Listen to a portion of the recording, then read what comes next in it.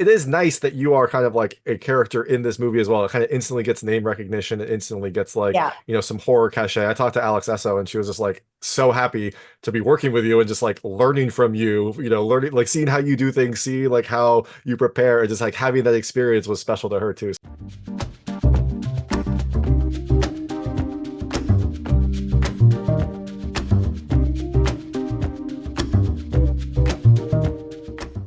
Hey everyone, it's David Stark from Watcher Pass. Today I'm talking to Jane Badler, the star of Trim Season, which is coming to theaters and on demand on June 7th, 2024. I'm going to talk to her right now, and while you're watching, if you can like and subscribe to this channel, that would be fantastic. I'll spend a lot. Thank you. So, thanks so much for joining me today. I am excited to be joined by the legendary Jane Badler, the star of Trim Season, which is coming to theaters and on demand on June 7th, 2024. It is a pop-based horror film where the devil's lettuce might actually be the devil's lettuce. It has a great setup, a really fun cast, and Jane does a fantastic job in it as the matriarch of this pot growing era. It was a lot of fun. I enjoyed it a lot, and thank you so much for joining me. Yeah, that was good. Of course, of course. So, I'm curious, how did you get involved in this film? How did this come across your desk, and what appealed to you about the role of Mona? I think it was about 5 years ago. Shawnee Lamott, who's one of the producers, he sent me a script and he said, I think this script has your name on it. Have a look at it and what do you think? And I read it and I loved it. Like I loved it. I loved the whole concept of it, of young people going up into the mountains and, trimming the marijuana bud. And I loved the role of Mona, the patriarch of this huge property, and doing all sorts of unspeakable things. It was just like, wow, I read it and said, this is a role. This is a great role. And so it took us about, I guess, 3 years to get it made. It was a long. Shawnee and I sort of produced it, and then we brought in other producers and the director, and it was kind of a long, evolution. And so, yeah, I was kind of in it from the beginning, and I couldn't be more pleased with the cast, with the director, the cinematographer. We were very blessed to find everyone. That is so interesting that like you were like one of the driving forces behind that. I didn't realize that you were like in it from the beginning, and then like, gathered the people around you to kind of like make this project a reality. That's a really cool experience, and I'm glad that you were driving this train forward. Yeah, definitely, definitely. I mean, I've moved more into producing. Before that, I had produced a short film and a horror film, and I even produced a film called Daisy Winters with Brooke Shields. 5 years before that. So it's kind of this evolution that I want to start doing more and more producing. Yeah, no, that's a perfect like logical transition from acting to kind of like being Yeah. more behind the scenes, since like you have contacts, you know how a film is made, and that just it makes perfect sense. And Yeah, I and I think probably, a lot of actors, what they do is they find vehicles for themselves and then, produce it as well. But as you see with a lot of great actors like Reese Witherspoon, they do these production companies and they don't put themselves in it necessarily. They just try to get good projects happening. And so I think more and more that's where my headspace is, about being behind the scenes, not necessarily a role for myself, but just worthy projects that need to happen. Yeah, for sure. Although it is nice that you are kind of like a character in this movie as well. It kind of instantly gets name recognition. It instantly gets like, Yeah. some horror cachet. I talked to Alex Essoe and she was just like so happy to be working with you and just like learning from you, learning, like seeing how you do things, see like how you prepare, and just like having that experience was special to her too. So, there is Oh, thank that you. benefit as well. Yeah, well, I love this role. It was me. No one was going to play this role but me, Yeah. Yeah, it's an awesome role. And I loved, yeah, you mentioned this movie hadn't been done before. Like I was thinking about it, and yeah, like this is it's a perfect vehicle for horror because you have these people going up into the mountains and it sounds idyllic, it sounds wonderful, like a lot of horror does at the start, and then you're like, well, this could turn very sinister given like the situation that happened, and it kind of does. It sure does, I mean, there's no phones, no way to get out of the property. It's being manned by armed men. Right away you're going, all the light bulbs are going Yeah, off. red flags, red flags, red flags, Red exactly. flag. This doesn't look fun. Yeah. So I'm curious, you are the the matriarch, the kind of ruler of this pot kingdom. How much research did you do into marijuana before you signed on to this role? Well, I didn't have to do that much research into it, obviously. I mean, I know a lot about marijuana, as many of us do. Um, so yeah, I mean, it was a I think I had to do more research into my character and trying to understand where she was coming from and what type of family she came from and what were her relationships with her sons and, what caused her to become the person she was and do the things she did. I mean, that became more of my focus.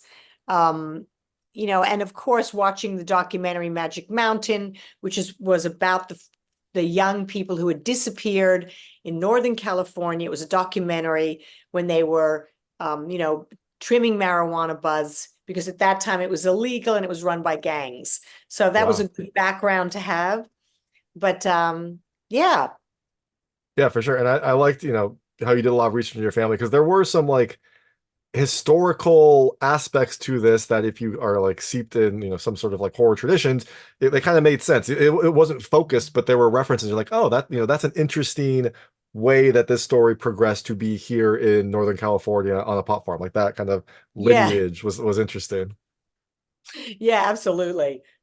And so what was it like kind of playing I loved your outfits. Like it was this like I don't know, like Audrey Hepburn type character in the middle of this pop plantation. What was it like putting on those outfits? I love the gloves. I love the like insane pearls. What was where did all that come from? Totally the costume designer, Hazel. She was incredible. I remember going to the first day, I sent her some references. I had a couple of references that Tilda Swinton had been in a movie. And I'm trying to remember the name of the movie, and she wore her hair up like that with tons of pearls. It was like, well, I gotta remember this movie. Anyway, she was in a movie, and I sent those references to her.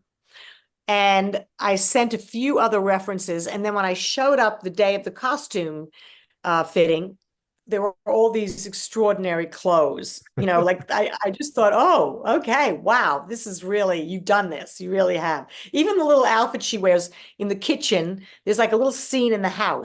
She has like this little funny little dress that's kind of paisley with her little rubber gloves. Mhm. Um, it was kind of very kind of old fashioned, like from another era in time.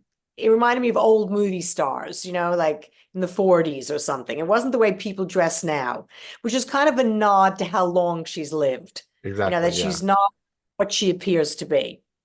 Yeah, no, exactly. I love that. I love how your character just like kind of stands out from everyone else, right? Like everyone else is dressed Yeah. casually. Like you're going up to trim pot, you're gonna like wear jeans and a t-shirt, and your character is this like fabulous superstar, like leader of this area. It was a nice kind of It's funny contrast. because my son watched the film, right? Uh, And he doesn't know about the old time movie stars like, Betty Davis, Joan Crawford, all those kind of over the top movie stars. When he saw the film, he goes, Mom, you were amazing. I loved you in it. And then my husband goes, Don't you think you were overacting?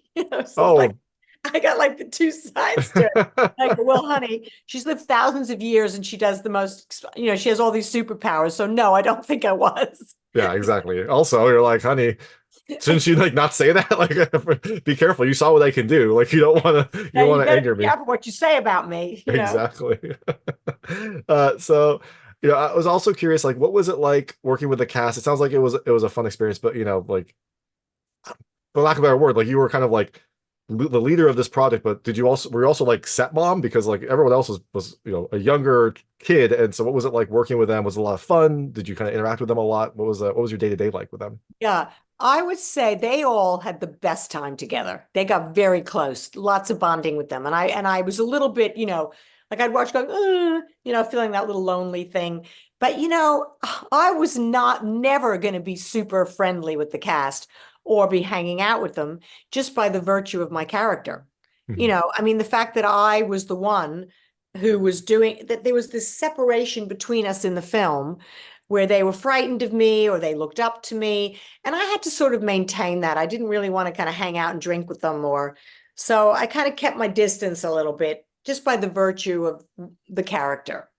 But they were terrific. I loved watching those actors act. I really did. Yeah, it seems like a really fun cast. That's interesting. Like that makes perfect sense that you would, want to maintain, I don't know, like an air of mystery just because that is also how your character is. And so, Yeah. I'm sure, I'm sure they appreciated like, being able to like hang out together and also, having that little separation so that when they were on set, it also felt different. It felt like, this person's Yeah. coming down to like be with us and they have to like be on attention or be like on guard, which is perfect for the character. Yeah. Yeah. I mean, it's hard to do that because you want to hang and you want to have fun and you don't want to be lonely. But I just felt like I just couldn't. I just couldn't sort of hang out with them, do you know? I hope you also had like your special specific blend that you were smoking that they couldn't smoke, just to also keep it, in on character, on brand with the way the movie was. Yeah, absolutely. I had my special brand, Yeah. you know? And I heard that this film was filmed in Utah. How did you arrive at that? Like that seems like a location I wouldn't have expected this film to be made. Well, it was very, very important to Ariel, the director, that the topography fitted the film. That was like everything to her. The woods were almost another character in the film, and the way she shot the woods. And Northern California wasn't an option for us. So they looked around, and the mountains of Utah were as closely related as she could find to the mountains in Northern California. So I think there was a time when we almost shot in Mississippi, but she just said, no, if we have to shoot in Mississippi, I'm gone Oh because wow. it just doesn't have the look I want. So that's how we ended up being in the mountains of Utah.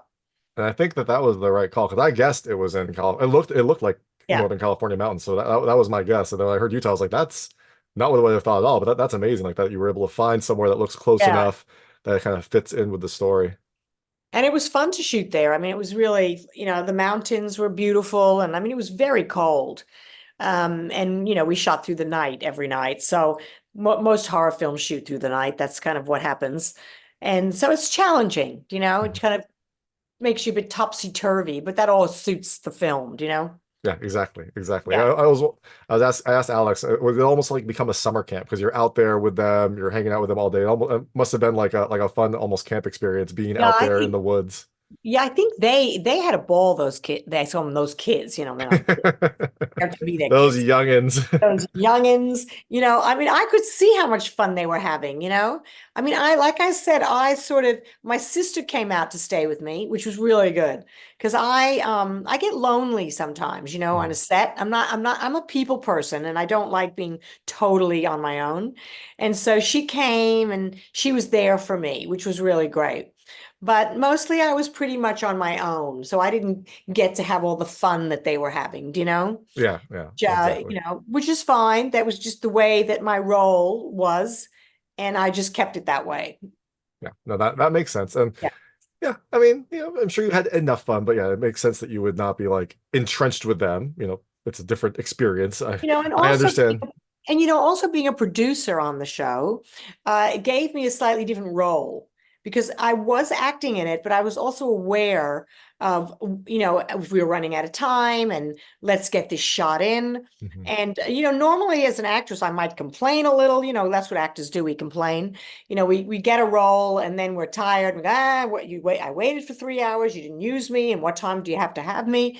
But as a producer, never did that. Like I literally never did that because no matter how much they needed me, no matter what I needed to do, I was a producer. I needed to kind of be part of making sure that everything ran smoothly. And so there was that other aspect to me that also kept me a little distant from the cast because if I saw anything happening that I wasn't happy with, I couldn't be too chummy with them. Do you know what I mean? Yeah, yeah, no, exactly. And you Yeah, have other things on your mind, right? Like that's right. when the day's wrapped, you have to start thinking about the next day and make, like you said, checking your budget, checking your time, checking Yeah, in probably the weather to see what the shots are doing. Like you have a lot of other things that you were concerned about. yeah. And speaking of time, how much time did you actually have for this movie? I know that indie films always have not enough time, but how much time did you actually get to spend shooting this film? 5 weeks, which Oh, is wow. which That's a good is amount of time. which is a good amount of time. But yeah, I think a lot of films are shooting in 5 weeks now. That's good. I mean, yeah, it's a good amount of time. Seems like about the right amount for this movie, so that's perfect. Yeah. Yeah, no, it Uh, was good. We had enough time. Even we perfect. still didn't have enough time, but we had enough time. Do you know what I mean? Exactly. Yeah, there's never enough time. That's what I'm finding in life. There's never enough time. So I know we have limited time. I'm going to switch to a lightning round. They're just lightweight questions about the film. I want to see how your personal experiences map to things in the movie. You can feel free to skip any of them. I won't be offended, but I try to keep them very answerable. Okay. First question. This was about trimming on a pot farm. Have you ever worked on any farm? Not a pot, well, I mean, it could be a pot farm, but have you ever worked on any farm? The only farm I can remember working on is picking grapes. Is that a farm? Yeah, we'll go with that. That's fine. Yeah, Yeah. I picked grapes. Oh, that's awesome. Yeah. Like wine grapes? Yeah, like wine grapes, I love it. I putting love them it. in the big things, like picking them, putting them in the big things. And other than that, no, I can honestly say that I've had a pretty farm-free existence.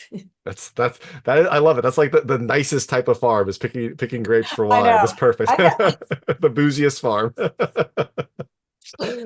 Uh, this film is about these kids kind of taking on a strange job. What is the strangest job that you have worked? It might be mm, picking wine grapes. I don't know. well, no, I think maybe the strangest job I ever had was probably well, it's not that strange. I mean, I worked in a Mexican restaurant in Arizona in one of those little cheap little Mexican cafes Mhm. uh during the summer, and it was really hot, and I was like 16. And I remember the owner, like every time I'd go to the back, he'd be like pinching my bottom every time, the Mexican owner. And I'm just thinking back on that and how wrong that was. Yeah, yeah, a very different time. I mean, you were Very uncomfortable different. already, and that Like must have made nothing it much happened. He just worse. thought that was Yeah, kind of a cute thing to do. No. yeah. And then I think I worked in a Howard Johnson's, serving ice cream. I mean, I don't know if that's strange, but I remember, the drive-in, the ones that people go to, the Howard Johnson's when they're driving. Hopefully, much less sexual harassment there. Yeah, but Yeah. those are strange. But I probably haven't had that many jobs other than acting. I've been very lucky. Yeah, no, that's great. I'm glad. And yeah, that again, yeah, it's like a funny story, but also, in today's context, like that is very, very wrong. So I I love know, that you're able to very, laugh at very that. wrong, Yeah. very wrong. In those days, that's the thing. Times have changed, haven't they? Thank God. Thankfully, yes. Thank God. Um, so there is a dinner in this movie that wine and weed was served. If you had to choose wine or weed, what would you choose? I'd probably choose weed.